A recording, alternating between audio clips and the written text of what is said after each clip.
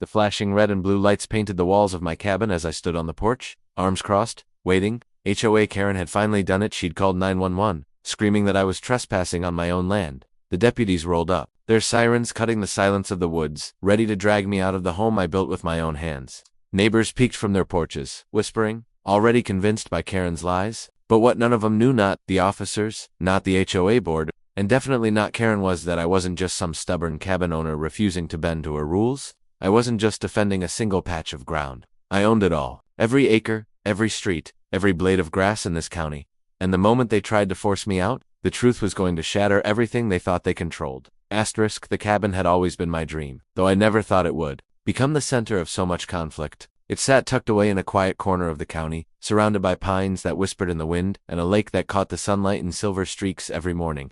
To me, the cabin wasn't just a house, it was a promise of peace. After years of working too many hours in the city, where noise never stopped and the air felt like it pressed down on your chest, the first time I set foot on this land, long before I bought the place, I knew it was where I belonged. My grandfather had spoken often about these woods when I was a boy. He used to tell me that a man needed two things to live well: a roof strong enough to keep out the rain, and land wide enough to remind him of his freedom. Everything else, he would say, is just noise people make to feel important. His words stuck with me, and when I finally saved enough, I bought the cabin. It wasn't big, it wasn't fancy, but it was mine, and that meant more to me than any high-rise apartment with polished floors and glass windows could ever offer. For the first year, things were quiet. The neighbors nodded politely when we passed each other at the store or along the road, and nobody bothered me much. There was an HOA, of course, homeowners association. They ran things in the nearby subdivision, setting rules about mailbox colors, lawn lengths, and what kind of fence a person could put up. But my cabin wasn't in the subdivision. It was on the edge of the county, far from the rows of manicured houses. At least that's what I thought. The first sign of trouble came in the form of a letter. I found it in my mailbox one crisp morning, tucked between a fishing catalog and a water bill. The envelope had the HOA logo printed in the corner. I tore it open, curious, and read the neatly typed message inside. "Dear resident," it began, "it has come to our attention that your porch is painted an unapproved color. According to HOA regulation for B, exterior colors must conform to the community palette. Please repaint your porch within 14 days to avoid fines." I actually laughed out loud. My porch was a natural wood stain, the same kind my grandfather used on his barn, a warm brown that matched the trees around it. How could that possibly offend anyone? I tossed the letter aside, figuring it had been sent by mistake. After all, my cabin wasn't under their control. But 2 weeks later, another letter arrived. This one was sterner. Failure to comply will result in fines of $50 per day. My amusement turned into annoyance. I drove down to the HOA office, a little building at the entrance of the subdivision, and walked inside. Behind the desk sat a woman with sharp glasses and a sharper smile. She introduced herself as Karen, the HOA president. "You must be the man in the cabin," she said, looking me up and down like I was dirt tracked onto her carpet. "Yes, we've had some complaints. That porch of yours really stands out. You'll need to repaint it." I frowned. "Ma'am, my cabin isn't part of your subdivision. Your rules don't apply to me." Her smile didn't falter, but her eyes hardened. "If you live on county land connected to our neighborhood, you are subject to our regulations. That's how we keep property values high. You'll need to comply." I shook my head. "That's not true. I've got the deed to prove it. My cabin and the land around it are mine, free and clear." "I don't answer to the HOA." For a moment, she looked caught off guard, but she quickly recovered. "We'll see about that," she said, her voice dripping with menace. "You can either make this easy or make this difficult." I walked out, my blood simmering but not boiling. I had dealt with people like her before, people who thought rules were weapons and authority was something you could grab and swing around. I figured she'd back off once she realized I wasn't bluffing, but she didn't. The letters kept coming, each one thicker, filled with fines that climbed higher and higher. First $50, then $100, then $500. I ignored them, tossing them into a drawer. I stopped by the county clerk's office just to confirm what I already knew. The HOA had no jurisdiction over my property. The clerk, an older man who had been working there for decades, shook his head when I explained what was happening. "Don't worry about them," he said. "That cabin sits on land your grandfather secured long ago. The HOA can huff and puff all they want, but they've got no legal standing." That gave me peace of mind, at least for a while. But Karen wasn't one to let go. One Saturday afternoon, as I was stacking firewood by the shed, I heard footsteps crunching up the driveway. I turned to see Karen marching toward me, flanked by 2 board members holding clipboards. She looked like a general inspecting enemy territory. "This is your final warning," she announced, as if she were speaking through a megaphone. "You are in violation of multiple HOA codes, including unsightly storage, vehicle placement, and failure to comply with community standards, you have until the end of the week to vacate the premises. I leaned on my axe and stared at her. You're out of your mind. This is my land. You have no authority here. Her face turned red. You think you can ignore the rules? You think you're special. Everyone else complies, and so will you. Or I'll have you removed. I couldn't help but chuckle. Good luck with that. You'll need more than a clipboard to take me off my own land. The two board members shifted uncomfortably, but Karen stood firm. We'll see what the sheriff has to say about this, she snapped, then spun on her heel and stormed back down the driveway. As I watched her go, I realized this wasn't going to end quietly. Karen wasn't just annoyed, she was obsessed, and obsessed people rarely stop until they're forced to. I didn't know it yet, but that confrontation was just the beginning. The storm was coming, and Karen was determined to drag me into the middle of it, no matter the cost. That night, as I sat on the porch with a beer in hand, I thought about my grandfather's words again. A man needs land wide enough to remind him of his freedom. I understood them better than ever. Karen might think she had power, but she didn't understand the truth. The land I stood on didn't just belong to me. It was more than a plot for a cabin. It was the heart of the county itself. And when the time came, that truth was going to burn away every lie she tried to build. For now, I let the crickets sing and the stars spread out overhead. But deep down, I knew peace was slipping away. Karen wasn't finished. Not by a long shot. The week after Karen stormed up my driveway felt uneasy, like the quiet before a thunderstorm. I went about my routine as usual, splitting wood, fishing in the lake, tending the small garden I kept by the cabin, but I couldn't shake the feeling that something was brewing. Every so often, I'd catch the faint sight of a car slowing near my driveway. Neighbors craning their necks to see if the rumors Karen had been spreading were true. Word travels fast in small communities, and Karen made sure to fuel it with drama. By the third day, I had a stack of new letters waiting in the mailbox.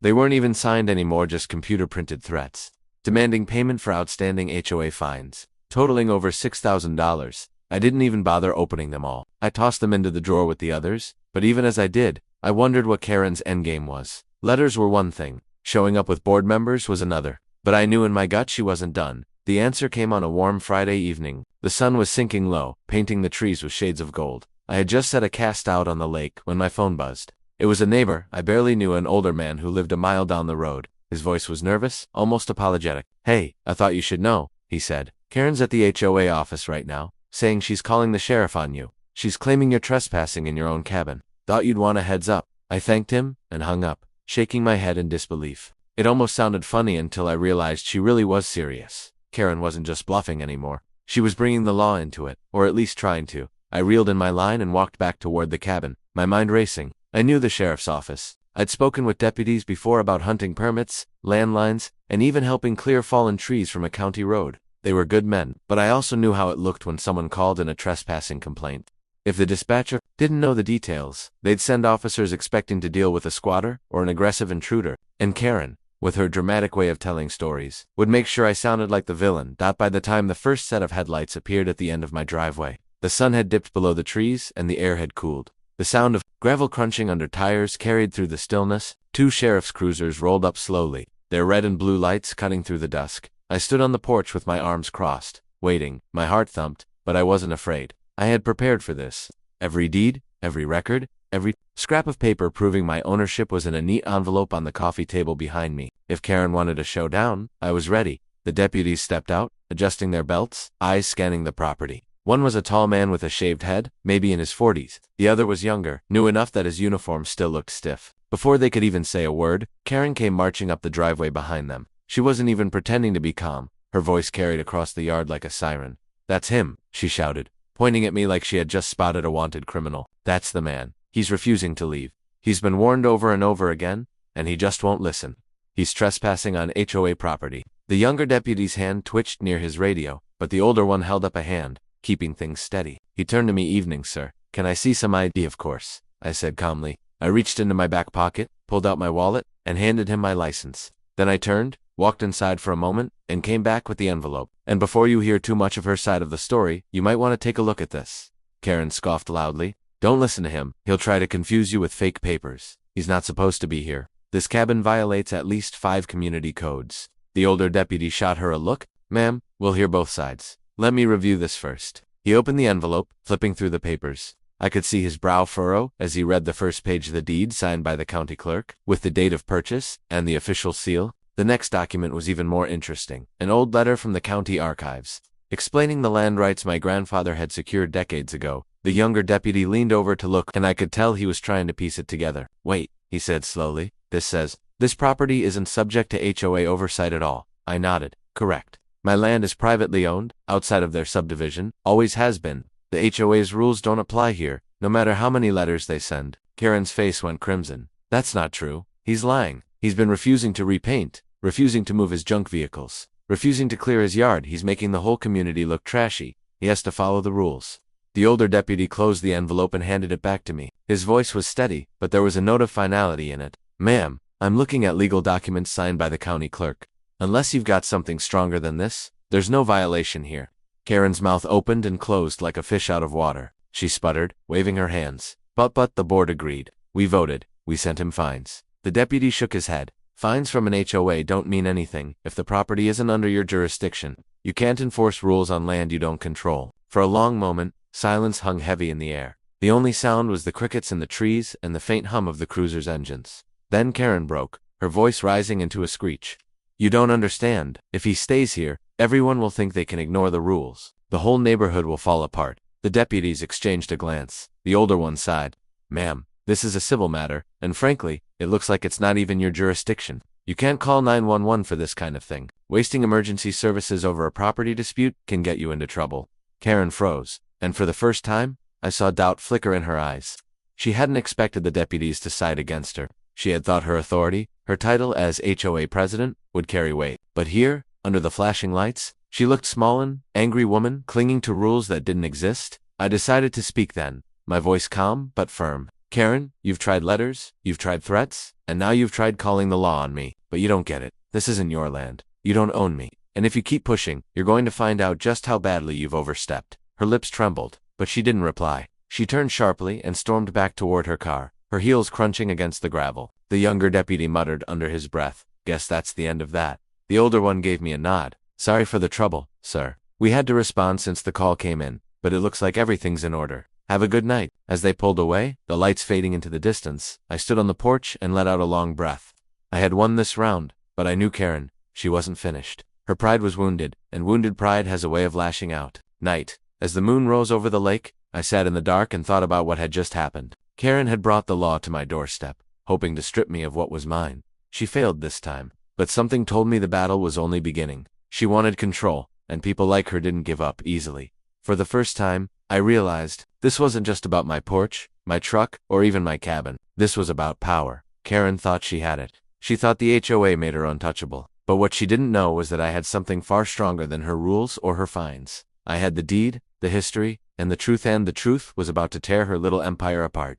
The days after the deputies left my driveway felt different. The air itself seemed heavier, carrying whispers from neighbors who had seen the flashing lights that Friday evening. Word had spread quickly through the subdivision, twisting and stretching with each retelling. Some said the sheriff came to arrest me. Others said I fought with Karen in the middle of the road, and a few even claimed I was running some sort of illegal operation in the cabin.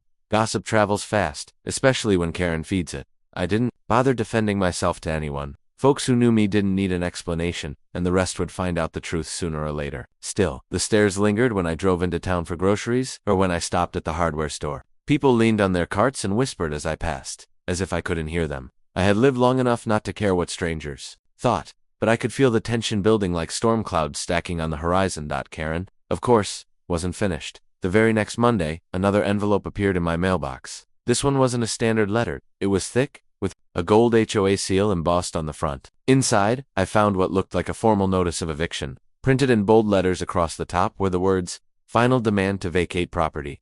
It went on to claim that by order of the HOA board, I had 7 days to leave the cabin, or face legal action and forced removal. I sat at the kitchen table, reading it twice, then set it down, and laughed out loud. Legal action, forced removal. She was trying to play landlord on land that wasn't even hers. But what struck me wasn't the threat itself, it was the desperation bleeding through the words. Karen had tried intimidation, fines, even the sheriff, and nothing worked. This eviction notice was a bluff. A last attempt to scare me into packing up and leaving voluntarily. That night, as I sat on the porch, I noticed more cars driving slowly past than usual. Some even stopped for a moment, headlights cutting across the cabin walls. Before they rolled on, I imagined Karen holding a little meeting with the board, rallying them with talk of community, safety, and property values, while painting me as some outlaw hiding in the woods. She probably told them the deputies had made a mistake, or worse, that I had tricked them with forged papers. It wouldn't be the first time she twisted the truth to fit her story.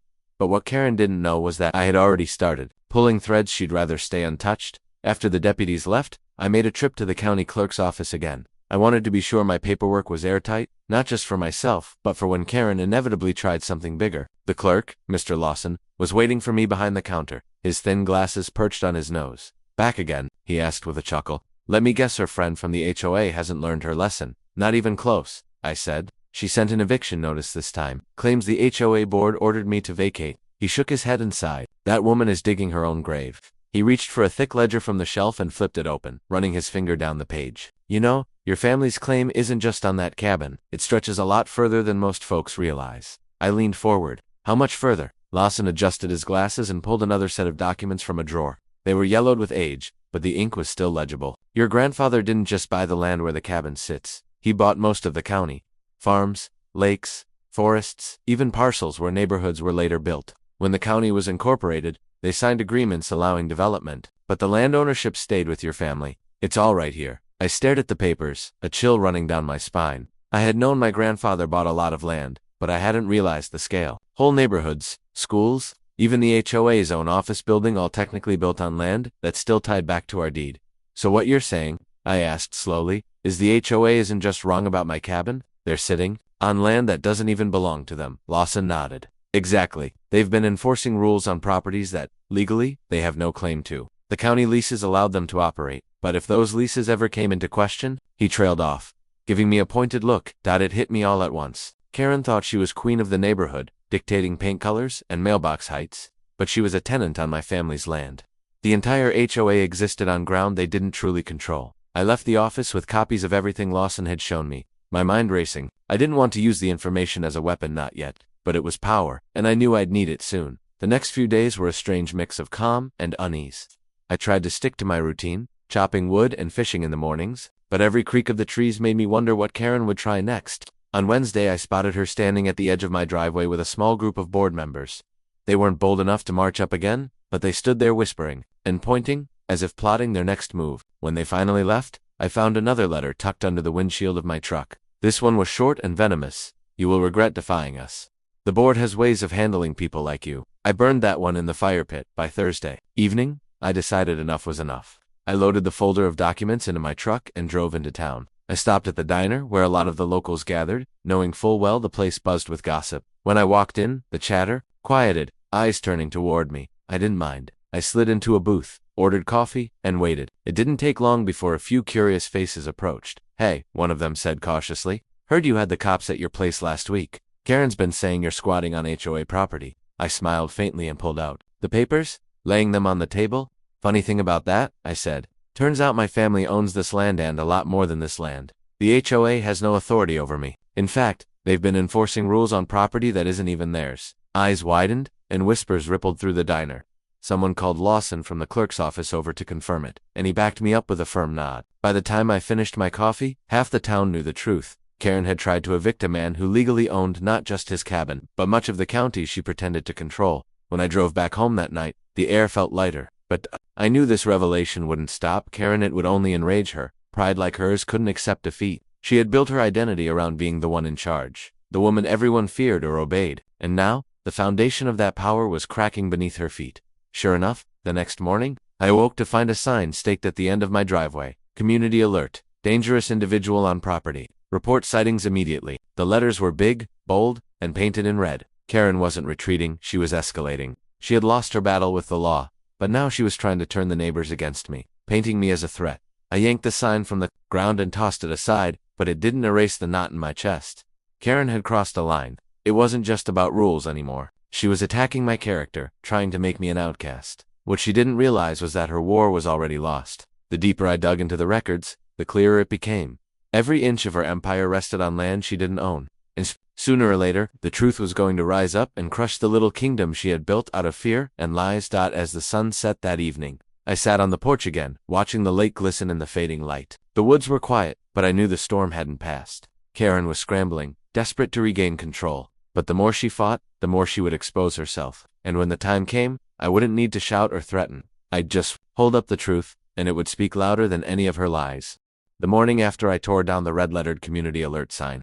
I half expected Karen to come marching up my driveway again, waving her clipboard and threatening me with yet another set of fines.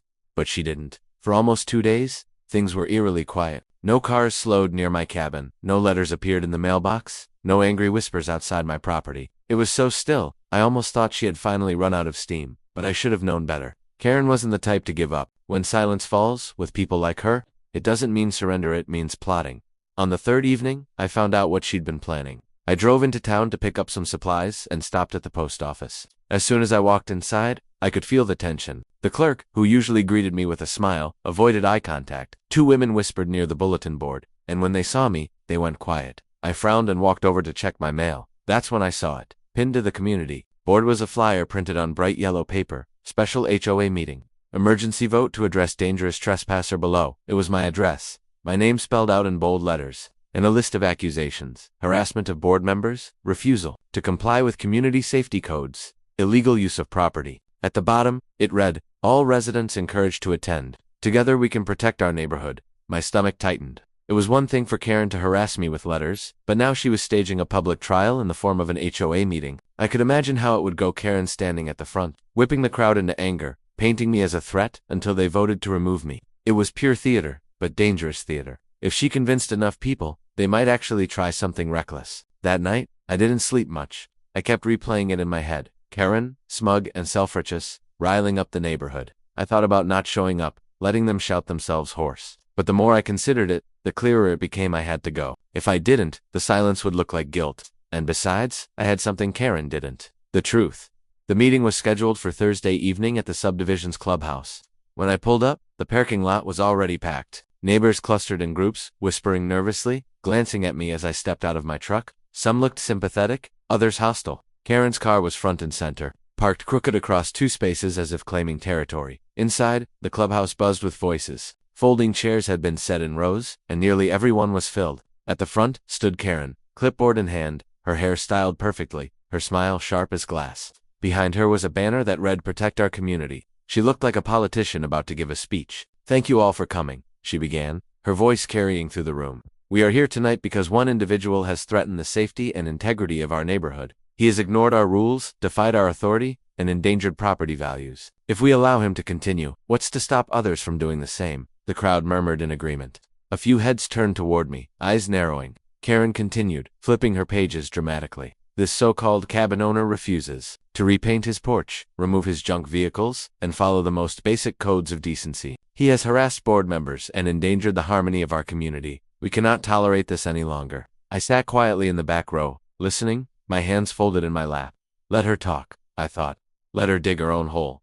Karen leaned forward, lowering her voice to sound urgent. "That is why I propose a vote tonight. A vote to authorize the HOA to file legal action, to have this man forcibly removed from his so-called cabin, and to reclaim our community from his reckless behavior." A ripple of applause followed. Karen beamed, soaking it in. She thought she had already won. That's when I stood up. The room went silent. All eyes turned to me as I walked slowly to the front, a thick folder tucked under my arm. Karen's smile faltered. "Mind if I say a few words?" I asked, my voice steady. Karen's jaw tightened. "This is an HOA meeting. You're not a member. You have no standing here." I opened the folder and pulled out the deed, holding it up for everyone to see. "Funny thing about that," I said. "I may not be a member of your HOA, but your HOA sits on my land." Gasps rippled through the room. Karen's eyes went wide, then narrowed into slits. "Lies," she snapped. "He forged those papers." "Don't believe a word." "Really?" I interrupted, handing the documents to the nearest neighbor. "Go ahead, take a look. That's the deed, signed by the county clerk himself, not just for my cabin, for most of the county. Farms, subdivisions, even this clubhouse you're sitting in. My grandfather bought this land decades ago, and it's never changed hands. The county leased it for development, but ownership stayed with my family, which means—" I paused, letting the words sink in. "Your HOA doesn't own a single inch of what it claims." The room erupted. Neighbors leaned over the documents, passing them from row to row. Some gasped, others whispered fiercely. I saw doubt spreading like wildfire, tearing holes in Karen's carefully built authority. Karen's face turned crimson. She slammed her clipboard against the podium. "Don't you see? He's trying to trick you. He's a con man, spinning stories to scare you. If this were true, we'd have known about it years ago. He's nothing but a squatter with a stack of fake papers." I met her glare and smiled faintly. "If they're fake, why don't you ask the county clerk yourself? He confirmed them for me this week. Ask around, half the folks at the diner saw the records with their own eyes. A man in the second row stood up. I was there, he said. It's real. Lawson himself explained it. Karen, you've been lying to us. Karen froze, her mouth opening and closing. The crowd turned, their murmurs sharpening into accusations. You said he was trespassing? You said the sheriff was going to remove him? You made us believe he was dangerous. Her power was unraveling before her eyes. She tried to recover, lifting her chin defiantly. Even if his story is true, that doesn't change the fact that he refuses to follow community standards. We need order, or this neighborhood will fall apart. But her words fell flat. People weren't nodding anymore. They were frowning, whispering angrily, realizing they had been manipulated. I stepped closer to the podium, my voice low but firm. Karen, you can't control what doesn't belong to you. You've built your power on fear and lies, but the truth is stronger. This cabin, this land, it's mine. And if you keep pushing, you'll find out just how much authority I actually have. The room was silent again, all eyes on me. Karen's face twisted in rage, but she couldn't speak. She had lost the crowd. She knew it, and so did I. I turned and walked out, the folder under my arm, the murmurs of the neighbors following me into the night. Outside, the air was cool, the stars bright overhead. I climbed into my truck and sat for a moment, breathing deeply. I had exposed Karen in front of her kingdom, stripped her of the power she clung to, but I also knew what came next. A cornered animal doesn't back down, it lashes out. As I drove back toward the cabin, headlights bouncing along the gravel road, I realized Karen wouldn't stop here. Public humiliation would only harden her obsession. She would scheme harder, dig deeper, and find new ways to strike. When she did, the battle between us would no longer be about fines or votes. It would be about survival, hers or mine. The storm wasn't over. It was just beginning. The morning after the HOA meeting, the air around the cabin felt different, calm on the surface, but charged underneath, like the woods were holding their breath before a storm. I knew Karen wouldn't take her humiliation lying down. People like her didn't retreat. They doubled down. I tried to go about my routine, splitting firewood, fixing a loose hinge on the porch door, tending to the vegetable patch behind the cabin. But every sound in the distance made me pause. Every car engine rolling faintly down the road made me wonder if it was her, bringing some new scheme to my doorstep. It didn't take long. On Friday afternoon, just as the sun dipped low, I heard the rumble of heavy machinery. Not a car, not even a pickup. This was deeper, mechanical, steady. I stepped onto the porch, squinting through the trees, and then I saw it. A yellow bulldozer crawling up the gravel road, its blade lowered slightly. Behind it, a caravan of trucks and SUVs. At the front, standing in the bed of one truck like a conquering general, was Karen. Her arms folded, her sunglasses flashing in the setting sun. I couldn't believe it. She had actually rented a bulldozer. The vehicles pulled up in a line at the edge of my property. Neighbors spilled out, some curious, some nervous, some clearly roped in against their will. A few held clipboards, others carried shovels, as if this were a work party instead of an invasion. And there, standing proudly, in front of them all, was Karen. Last chance. She shouted across the driveway, "Leave the cabin now, or we'll remove it ourselves. This structure is a blight and a hazard, and the HOA has voted unanimously to demolish it." I laughed, shaking my head. You mean the same HOA that doesn't own a single square foot of this land? That made a few people glance at each other. Nervously, they'd seen the papers at the meeting, but Karen plowed on, voice sharp and confident. Don't listen to his lies. He's a fraud, waving around fake deeds to scare you. We are taking our community back today. Dozers forward. The operator revved the engine, the bulldozer clanking as it rolled closer. My heart pounded, but I didn't move. Instead, I reached into my pocket and pulled out my phone. Go ahead, I called out, raising my voice over the roar of the machine. But I want you all to remember something. This won't be a quiet little HOA project. This will be destruction of private property, on county-owned land. And when the sheriff arrives, he won't be arresting me. I pressed a button and held up the screen. The call had already been placed. The line was live. The county sheriff's voice crackled through, loud enough for the crowd to hear. On our way now, ATA 5 minutes. The bulldozer screeched to a halt. The operator looked around nervously, clearly rethinking his paycheck. Karen spun toward him, furious. Keep going. Don't listen to him. He's bluffing. But the man shook his head. Lady, I'm not losing my license or my freedom. Over some neighbor fight, you didn't say anything about law enforcement. He killed the engine and climbed down. That was the beginning of the end. Within minutes, the distant sound of sirens cut through the trees. 2 sheriff's cruisers pulled up, lights flashing, dust swirling around their tires. The deputies stepped out, hands on their belts, scanning the scene. What's going on here? One of them asked. Karen hurried forward, waving her clipboard like a shield. Officers, thank goodness you're here. This squatter is refusing to leave community property. We've authorized demolition of his illegal structure. He's trespassing. I didn't even need to speak. The deputies knew me. One of them, Deputy Harris, had grown up with me. He had eaten dinners at my grandfather's table. He knew the history better than anyone. He crossed his arms, raising an eyebrow. Karen, this isn't community property. This is county land, leased for development but still under the Lawson deed. You're trespassing, not him. Karen blinked, stunned. That's not true. He's lying. You're all being duped. Look at the state of this cabin. It doesn't meet code. It drags down property values. That's not for you to decide. Harris cut in, his voice firm. This cabin is perfectly legal, and for the record, your HOA has no jurisdiction here. Not only that, what you've done tonight amounts to attempted destruction of private property. We could haul you in right now. The crowd shifted uncomfortably. A few neighbors quietly backed away toward their cars, suddenly realizing they wanted no part in this. Karen's voice cracked. But I was protecting the neighborhood. You don't understand. Without rules, without order, people will do whatever they want. I was trying to save our way of life. By breaking the law? Harris asked flatly. Karen's hand shook. Her clipboard slipped from her grip and hit the dirt. For the first time since I'd met her, she looked small, not commanding, not powerful, just desperate. I stepped forward, my voice calm but firm. Karen, your war is over. You tried letters. You tried lies. You tried turning the neighbors against me. And now, you've tried bulldozers. But you lost every time because you built your power on something you never had. Ownership? You don't own me. You don't own this cabin. You don't own this county. It's mine, and it always will be. She opened her mouth, but no words came out. Her eyes darted around, searching for an ally. But the neighbors were gone, slipping quietly into their cars. Even the ones who had supported her at first were shaking their heads, muttering under their breath. The deputies stood with arms crossed, waiting for her to make her next mistake. In the silence, the truth finally crushed her. Karen turned, slowly walking back to her SUV. She slammed the door, her face pale, her hands gripping the wheel so tightly her knuckles turned white. Then, without another word, she sped off, the sound of her tires fading into the distance. The sheriff watched her go, then looked at me. She won't be bothering you again. We'll file a report, and if she tries anything else, we'll take it further. You did the right thing calling us. Appreciate it, I said, nodding. One by one, the remaining neighbors apologized. Some mumbled their regrets, ashamed they'd believed her. A few promised they'd stand with me if anything like this happened again. And then, as the night fell fully dark, they too drove away. Leaving the cabin quiet once more, I stood on the porch, watching the stars appear overhead. The woods were still again, peaceful, just like they'd been before Karen showed up with her rules and fines and false authority. Only this time, I knew it would last. She had burned her bridges, lost her credibility, and destroyed her own throne of paper power.